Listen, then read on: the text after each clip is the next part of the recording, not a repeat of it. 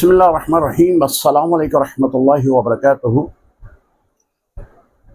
صحابہ نے جو شریعت مطہرہ میں رسول اللہ صلی اللہ علیہ وسلم کے دین میں اہم کردار ادا کیا، وہاں پہ صحابیات بھی کسی میدان سے پیچھے نہیں ہٹی۔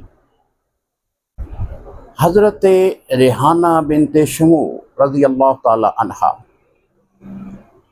آپ بنو قریظہ قبیلے سے تعلق رکھتی ہیں، مدینہ منورہ کی رہنے والی ہیں۔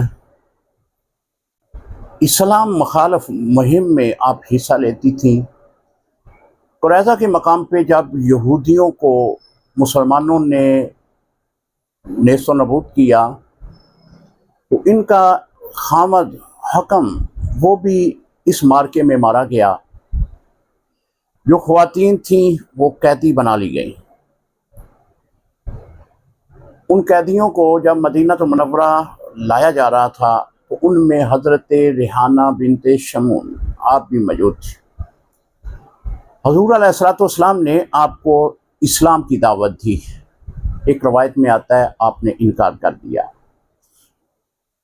یہ کہا کہ میرا خامد، میرا باپ یہودیت کے مذہب پہ رہا ہے، لہذا میں بھی اسی مذہب پہ مرنا پسند کروں گی۔ حضور علیہ السلام اس بات پہ آپ پریشان ہوئے۔ پھر کچھ عرصہ بعد حضرت ثعلبہ بن سمیہ رضی اللہ تعالیٰ عنہ تشریف لائے۔ حضور علیہ السلام صحابہ کرام میں موجود تھے تو آپ نے فرمایا کہ ثعلبہ آج اچھی خبر لے کر آیا ہے۔ انہوں نے عرض کی کہ یا رسول اللہ صلی اللہ علیہ وآلہ وسلم، میرے پاس خبر یہ ہے کہ ریحانہ بنت شموع اسلام قبول کرنا چاہتی ہیں۔ حضور علیہ السلام نے ان کو بلایا اور صحابیت کے درجے پہ فائز کیا۔ دوسری روایت میں یہ ہے کہ جب آپ کو قیدی بنا کر مدینہ منورہ میں اس خاص مقام پہ رکھا گیا تو حضور علیہ السلام نے فرمایا کہ اے ریحانہ، اگر تو اسلام قبول کرتی ہے تو میں تجھے اپنے ازدواجی رشتے میں لے لیتا ہوں۔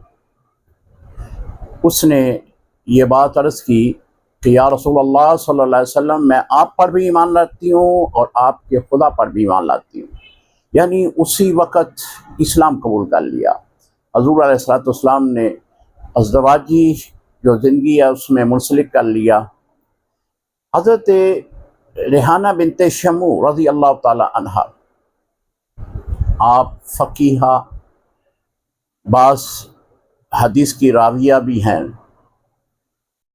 آپ حضور علیہ السلام کے وصال ظاہری کے چند روز پہلے آپ کا انتقال ہوتا ہے اور جنت البقیع میں آپ کی تدفین کر دی جاتی ہے۔ یہ ہیں وہ صحابیات، یہ ہیں وہ ازواج مطہرات اور رسول اللہ صلی اللہ علیہ وسلم سے ایک روحانی تعلق رکھنے والی خواتین، جنہوں نے اسلام کے اندر ایک اہم کردار ادا کیا۔